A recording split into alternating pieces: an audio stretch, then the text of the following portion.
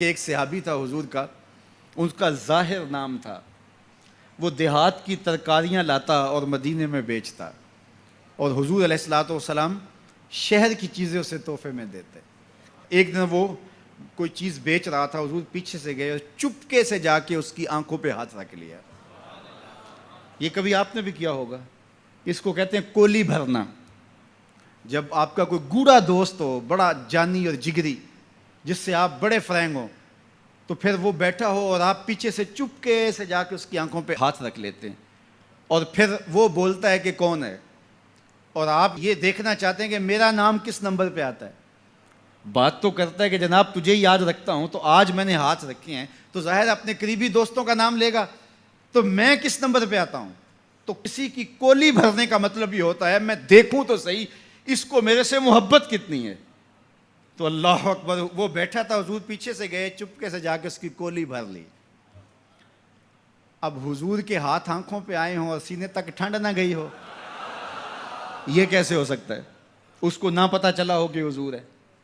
बल्कि हदीस में आता है कि वो बोलता नहीं, हुजूर आंखें दबा रहे हैं और वो बोलता नहीं। बल्कि जब उसको यकीन हो गया कि हुजूर ही हैं, तो उसने अपनी कमर को पीछे हुजूर के सीने से जोड़ के रगड़ना शुरू कर दिया, और हुजूर दबा रहे हैं कि यानी वो बताए कि मैं कौन हूं, लेकिन वो बोलता ही नहीं है। मुझे मियाँ साहब याद आए। लोग तो इसको मजाज के माना में लेते हैं। मैं यहाँ ये शेर पढ़ता हूँ, सुफने दे विच माही मिलिया ते गल विच पा लईयां बावां। सुफने दे विच माही मिलिया ते गल विच पा लईयां बावां। डर दी मारी अख ना खोला मता फिर विछड़ ना जावां। डर दी मारी अख ना खोला मता फिर विछड़ ना जावां। तो हुजूर आंखें दबा रहे हैं और वो नहीं बोलता। हुजूर खुद इरशाद फरमाया, इस गुलाम को कौन खरीदेगा। तो उसने कहा, हुजूर मुझे किसने खरीदना है, मैं तो बहुत सस्ता हूँ। फरमाया, तू बहुत महंगा है।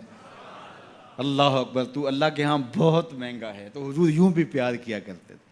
तो नाम कोई और था। हुजूर ने लाड से कहा, जुल यदैन, ओ दो हाथों वाले। नाम ही दो हाथों वाला पड़ गया। एक दिन किसी ने हजरत जुल यदैन से पूछा कि ये तो हुजूर ने लाड से कहा जुल यदैन, लोगों ने भी कहना शुरू कर दिया, नाम तो तुम्हारा कोई और होगा, बताओ तुम्हारा असल नाम क्या था। हजरत जुल यदैन बोले, मेरा असल नाम वही है जो हुजूर ने रख दिया है। सारी जिंदगी अपना नाम ही नहीं बताए, कहा मेरा वही नाम है जो हुजूर ने रख दिया है। हजरत सफीना रदी अल्लाह ताला अन्हो, अल्लाह अकबर। सफीना किस तरह उनका नाम पड़ा। नाम इस तरह पड़ा कि जब काफिला चलता था तो हजरत सफीना जो है वो पीछे रहते। हुजूर ने कहा कि तुम ज़रा पीछे रहो, काफिले में से किसी शख्स की कोई चीज़ गिरी पड़ी हो तो वो उठा लिया करो। फिर काफिला जहाँ पड़ाव करता तो वो आवाज़ देते, भाई किसी की कोई शय गुम है तो वो मुझसे ले ले। तो किसी की कोई चीज़ गिरी होती, किसी का जूता गिरा होता, किसी की कोई और चीज़ गिरी होती, किसी का कोई बर्तन गिरा होता। तो वो एक दिन हुजूर ने देखा कि उन्होंने बहुत सारी चीज़ें उठाई हुई हैं, और सफ़ीना अरबी में कश्ती को कहते हैं, बड़ी कश्ती को। तो हुजूर ने फरमाया, तू सफ़ीना है, तू कश्ती है। अल्लाह अकबर, नाम ही सफ़ीना पड़ गया। एक काफिले में बिछड़ गए, पीछे रहते थे, बिछड़ गए, काफिला निकल गया। अब जंगल है और कोई रास्ता सुझाई नहीं दे रहा। खैर, क्या देखा कि एक शेर है, इंसानी बू सूंघ के हमलावर होने के लिए आगे बढ़ा।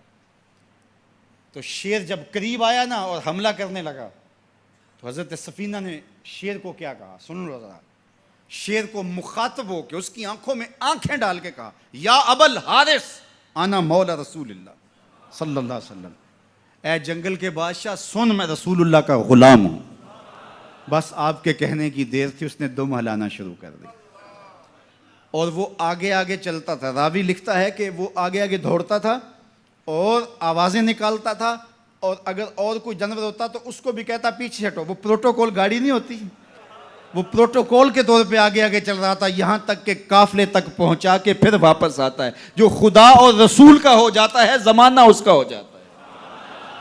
तो कहा कि तुम किसकी तलाश में लगे हो, आओ ज़रा उनके हो के तो देखो।